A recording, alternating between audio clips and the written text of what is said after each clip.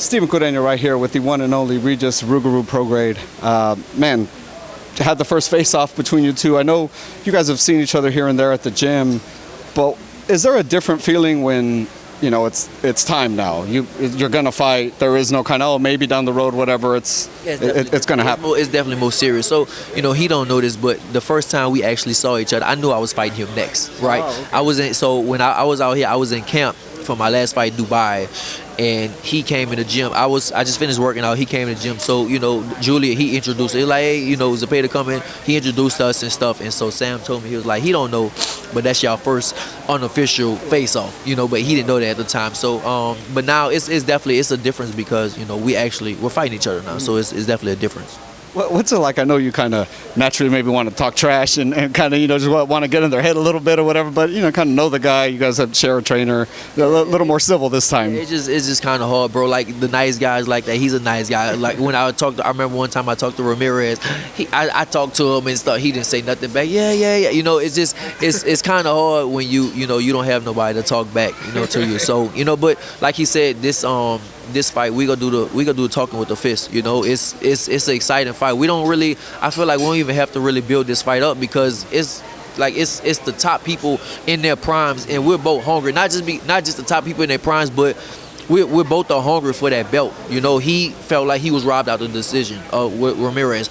I was already a world champion. My thing is I want to be a world champion again. So that's why, you know, this fight, I don't even think we have to talk too much trash to each other because naturally the fans want to see this. They don't get this in boxing. You don't get two top competitors fighting at their primes that's hungry, really, really hungry. So, you know, I don't think we have to really do too much to even sell a fight because it's already there. Yeah, it's going to be a great fight. Obviously, he has a come-forward style, violent style, just you as well.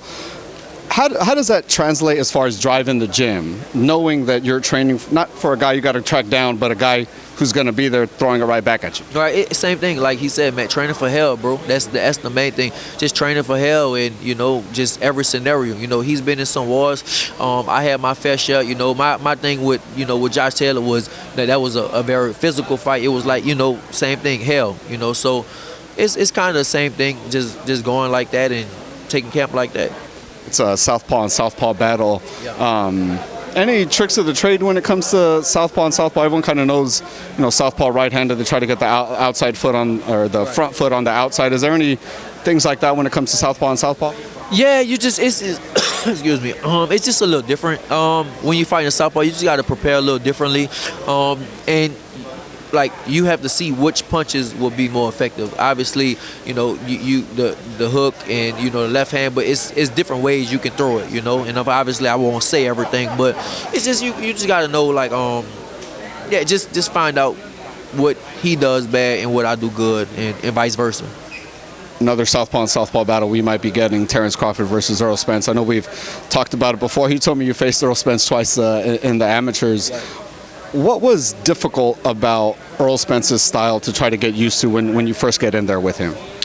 He's just so strong. That's the thing. Errol was, I mean, this was back then. This was when we was teenage. I think we was like 17, 18 or something like that, you know. So yeah, he's so physical, and he keep his jab, and when I fought him, he wasn't nothing like he is now. Don't get me wrong, nothing nowhere close, but even back then, like, he was just really, like, he was just strong physically. His body is just real strong. So that's why I want to see that fight, bro. With him and Crawford, bro, I want to see that fight. Crawford is very physically strong too, just body-wise. I wrestle with him a little bit sometimes. Every time we see each other, we play around and stuff, and you can just tell, like, you know, sometimes you might wrestle with somebody, you play around with them, but then they a little stronger than you thinking. You got to put a little more muscle into it, yeah, like, because, you know, you can't really play with him. That's kind of how it is with him, bro. He's, like, very physically strong too. So I just want to see it just like everybody else.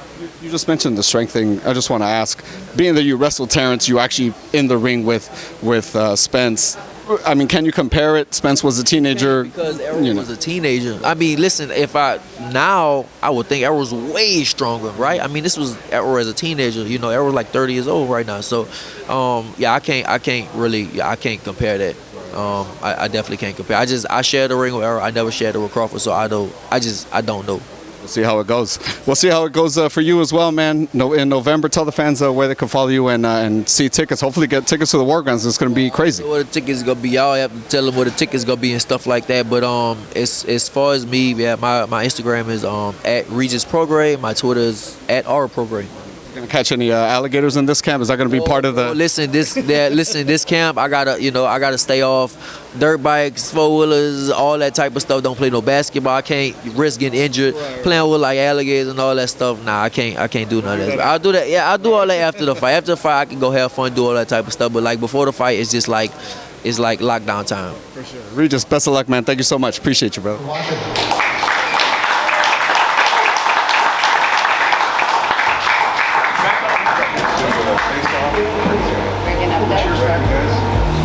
So just back there on the cage. On the silver cage. Right behind you. Kelly, that's it.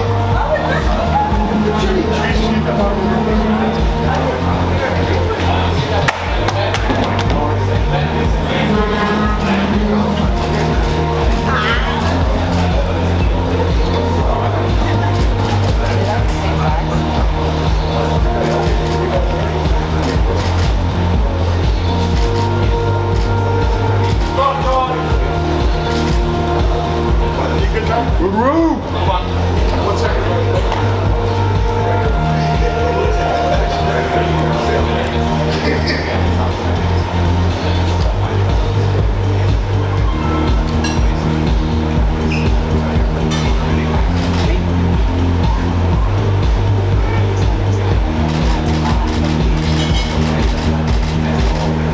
Face forward, gentlemen. One fist up.